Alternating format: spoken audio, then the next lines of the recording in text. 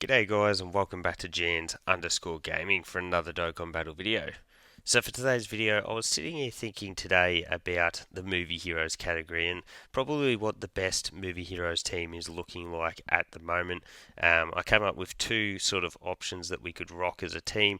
We've got the full 200% with Gogeta here rocking this team, pretty much superheroes with the STR Piccolo. You could add in, I don't have the category up, but you could add in options like the Super Saiyan Gohan, AGL Super Saiyan 3 Goku. There is a few physical Goku, a few good options there in Super Saiyan Trio. But I was just thinking, and the superheroes category is just going to be such an easy way to get any of these missions that do come out for for movie heroes to get it done. So we're going to jump in with the sort of cheesy version of the superheroes team here. I am only going into this Vegeta stage because I'm a little bit strapped for time. I need to just quickly get this recorded because otherwise there'll be no upload tomorrow. So yeah, that's why we're jumping into a little bit of a shorter event here. Ideally, I would have gone in and taken on the Gogeta stage, but anyway, is what it is. I think this sort of gives us the opportunity to still speak about the movie heroes category as is. I did mention a number of other options that you can rock with sort of this team. The one that I was probably the most tempted to bring in would be like an Int Super Saiyan Trio team. Like they're still really, really good with their defense and their damage output can be really, really high too. But it's sort of tough because then you're going to compare that to a superheroes team and they probably don't really fit the bar here. You look at probably the easiest unit to take out of this team is the AGL Krillin and 18. They're very dodge reliant and that can make them risky to run. It sort of gives you an opportunity to die, but you could bring in an option like Tech Orange Piccolo here as well. I still think Physical Godku with his ability to dodge is pretty valuable too. Let's grab that with you. The reason I grabbed that and leave the STR Gogeta in slot 2 there, even though he won't have his dodge, is because I think we will be finishing off Vegeta before we get to that point. But as you can see, I still do rate the STR Gogeta pretty highly. I know he's only operating as a slot 3 dodger, but I think that is still a role that is valuable to a team like this. And not to mention, you've got the first turn of guaranteed dodge with him. Wow, he is actually going to get hit in slot 2. We didn't get the triple super. You can also see the effect that the AGL Krillin and 18 have on the STR Beast. Like, Beast doesn't overly need the support, but it just makes his offensive numbers look even more insane. The only issue with them is they're definitely going to be really dupe dependent because you want to give them a full dodge build. Yeah, that's like solely where their role lies, just dodge and support. But there you go, Gogeta tanking double digits there anyways, and that support is 2 turn as well, which is always really crazy. So dodge, perfect. If they're getting their dodges off, they're doing exactly what you need from them. We're going to do that just so that you can get a little bit of build up there. That into that into that.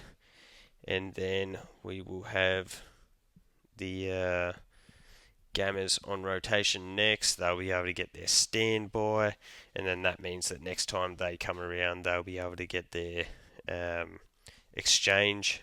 Wow, usually that is like, I feel like Gogeta with his, I think is a great chance there.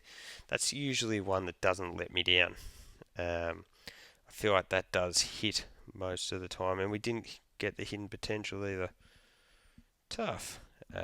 But yeah, always important to get Gogeta his 18 keys so you can get him that extra build up of his defense, because yeah, he does stack defense on that 18 key.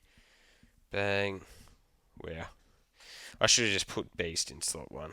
I thought we would still get this one finished with Gogeta in slot 1. So that was just me being fool. Unless Gamma 1 wants to crit for us here, which I certainly wouldn't say no to. Bang, no. Oh, at least on the other side, he's getting hit there to get him fully built up. Wasted turn of guaranteed dodge here for the STR Gogeta, because he's just not going to get to attack at all. We'll pop that one with you. We'll grab that, into that, into that. Cool. So yeah, I don't know if I mentioned it before, but we're also at 700k HP. Very good marker to sort of hit with a lot of your teams, and I think that sort of is like your ideal situation, is around that 700k, if not higher. It just gives you enough HP to where you can have units to maybe get tagged with normals, and it's not with the end of the world, or the fact that you can a lot of these units will be able to take supers and sort of take just a bit of damage. So if you are getting that, it gives you enough HP to take that, take a couple normals, and then really recuperate as well that HP on the next turn.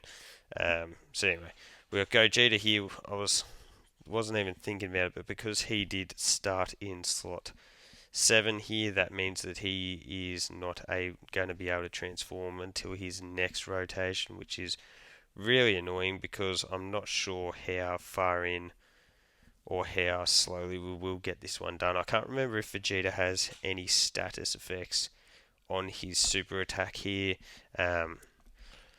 Fingers crossed there's no seal or anything.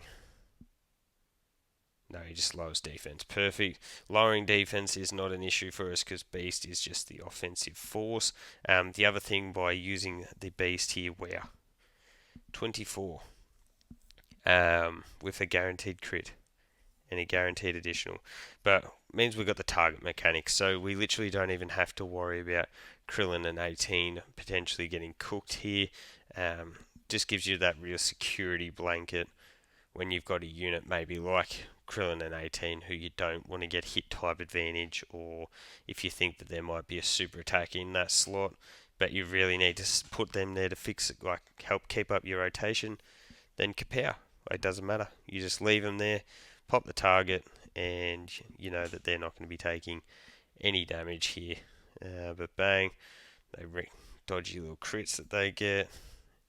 That was very impressive turn for Beast there. But what we can do is pop that. Kapow, we don't quite get the finish. But what we're going to do is pop the target on you, and we're going to let Gamma 1 just finish it. Just for something a little different, a little fun. We'll grab that, into that, and that'll be all she wrote. Gamma 1, actually with type advantage and his damage reduction, he would have been perfectly fine as is. Would have been crazy to see what type of numbers Beast would have put up in slot 3 here.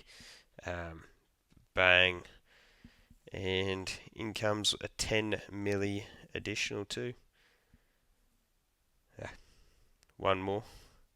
Hey, and there we go. So that's sort of what I'm thinking, guys. Going full superheroes is definitely going to be the way to go for any movie missions that you have done, need to get done.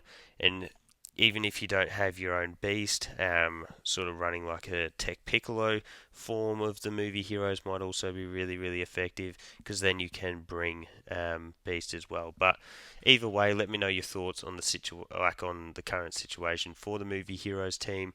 Don't forget to like and subscribe if you want to keep up with the content, and hopefully I'll catch you all on the next video.